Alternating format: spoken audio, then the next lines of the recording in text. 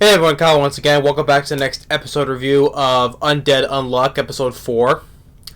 And, this one I thought the show can't get any more crazier as it is, though.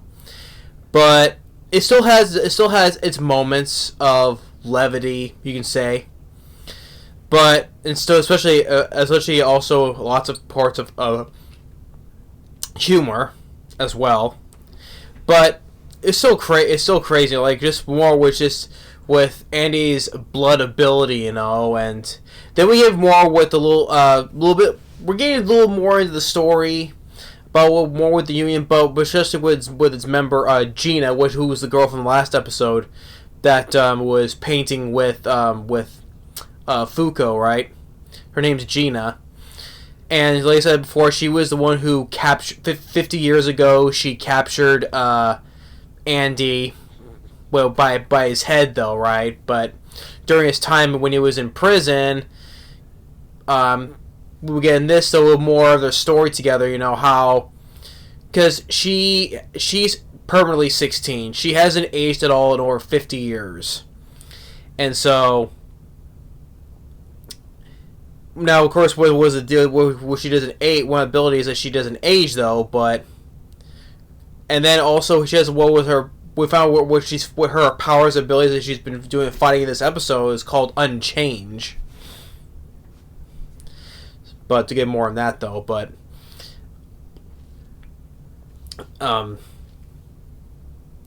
when it comes to with their fighting, it was I thought it was well animated, and especially with Gina. She wears this giant beret, you can say, this big hat. It's kind of like. It's like a UFO type of way, like a UFO. She's like wearing a UFO as a hat though, but it's huge. But she uses it's actually it's a big weapon. She can use that. She's carrying a flying buzzsaw in her hands. I mean, you can really. I mean, the way she throws it, but you can still you literally hear her for the sound effects as if it's a buzzsaw, right? So she can use that just to fling it, just to cut through anything, trees, even times where Andy allows himself to get cut, so in order to use his abilities, and also why she calls Undead Dearest, because not only that when she captured him though, but the thing is like she's fallen head over heels for Andy.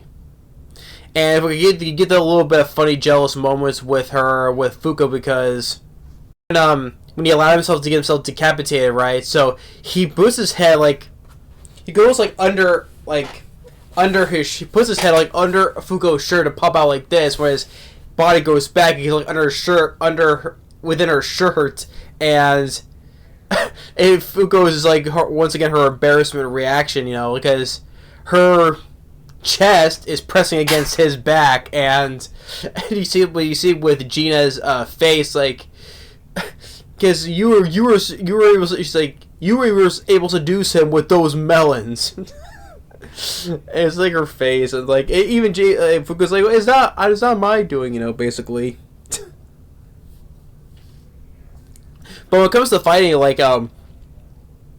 with Andy, because she's using, because one of Gina's abilities, she creates invisible force, she can create barriers with her, and and using it, Andy using his blood to see for all these invisible hands it's reaching out to try to grab him and stuff, right? And was protecting Fuko as well, because he says, I won't die.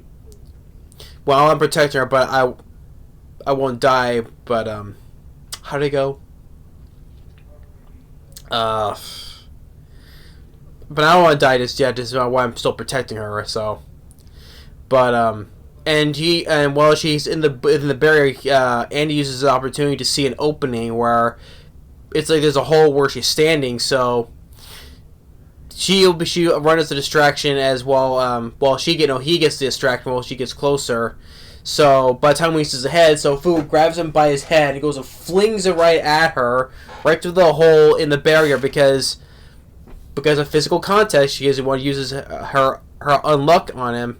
So he's able to, by touching him, so he throws him into that small hole into the barrier with Gina, causes this big, huge, this huge ray of light, this beam, just level a whole entire, we see like a whole, the shape of the light just embed into through the land it skids through.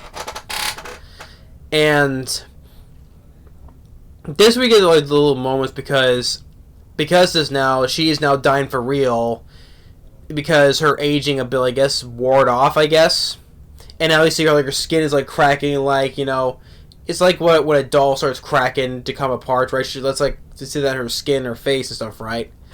And so, like, oh, she's like embarrassed to Andy's like, don't see me like this. So, but we do see Andy show that moments with her, you know, holding her embrace, right? And it's like, you know, he's gonna be there when she's died, which I would say I think she does die, because the last shot of her was just like almost like falling back in a way. I would assume she does die, but of course that always a lot of times in series, you know, they always do that, deceiving, and they end up being not dead though. But I'm fairly sure that Gina is dead after that though, because she has nothing left. She's very, like I said, her skin is starting to crack. She's like, if she falls, she'll like break to pieces like a doll does, right? So I figured by this point she's dead.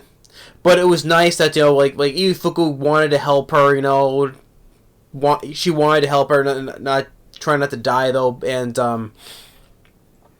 Andy, you know, holding her hand, you know, when she's dying as well. So you get that nice moment, like, say, she wasn't all bad. They see her like she was not all bad though, because she says, you know, the higher ups, you know, of the union, saying, I was just out there beck and call, you know. Jesus, another like a minion just following orders, you know. So,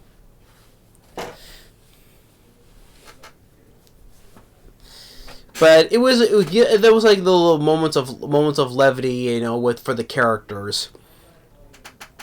First of all, I thought Gina was a good character anyway, so it was too bad though, because yeah, you do get the little backstory, like how she captured him, held him for 50 years, she was madly in love with him. You know, sometimes calling him the pervert, saying that, and you know, and even to Fuko's like, how, you know, you were able to do some with those melons of hers.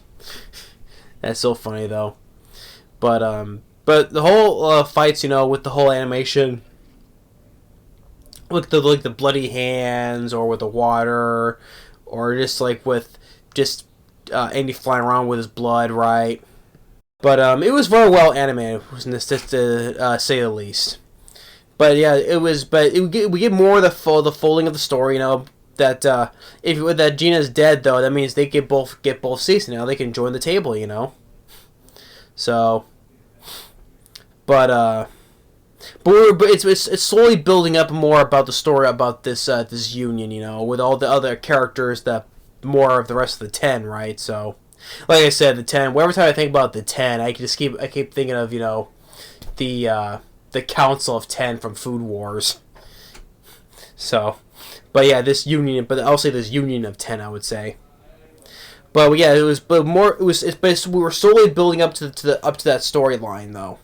We see more of the goons, you know. So, but with Gina though, she was a good character. I kind of felt sorry for her at the end, you know, like. But at least that Andy was there for her when she was dying, you know. So that kind of made it help for it. And Fuko, you know, she was feeling very bad for her as well. And she was also referencing, you know, because she was looking up at the stars, you know, referencing what Fuko painted, right? Because when Fuko painted the painting, there was no stars, but just like sparkles, right? So she's like, oh, I see them now. With the moon, you know. But yeah, I assume very soon that she's dead.